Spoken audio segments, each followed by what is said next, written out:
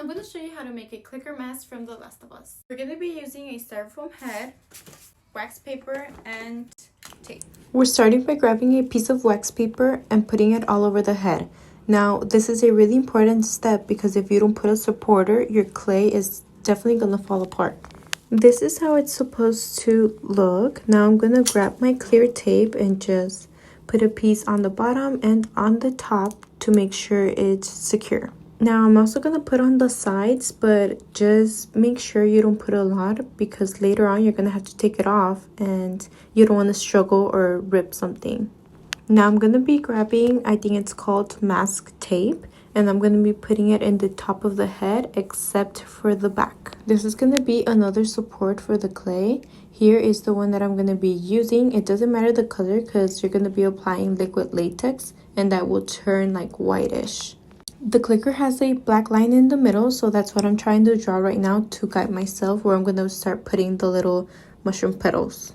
I did grab a different plate just to put my liquid latex to be easier to apply, and here I am molding my mushroom petals, ready to start putting them on. I was checking to see where I was going to start putting it, and now I apply some liquid latex before putting the clay. After gluing it down, you're going to start putting liquid latex all over the clay, and here I am drying it so it's a faster process. It does take a while to dry, so I was here for a good like 2 minutes or 3.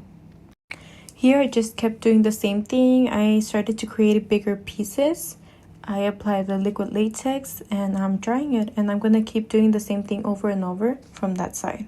Even after drying it, I still applied another layer of liquid latex to every single one just to make sure it really glued down. After doing the same step over and over and over again, this is how it's looking. Now it's time to let it dry, and then here is where the black line is going to be. It's going to be like right in the middle of my face. Right now I'm going to let it dry and then I'll go over with white paint. I'm going to be using this palette to start giving it texture and color. I started with the color white just for my other colors to be more vibrant. And here you still have to be very careful because as you can see, one of the flaps was starting to move. I was trying to guide myself and I started painting the black line to make sure where I had to stop from the other colors. Here I was getting a little bit frustrated because the red looked like a pink, and right now it was looking a little bit colorful, but after a while I started to make it messy, start putting some black paint in there, brown and all those kinds of colors to try to make it look dirty. And now I'm finishing with blood splatter. This is how it's looking. You can add whatever you want. Thanks for watching.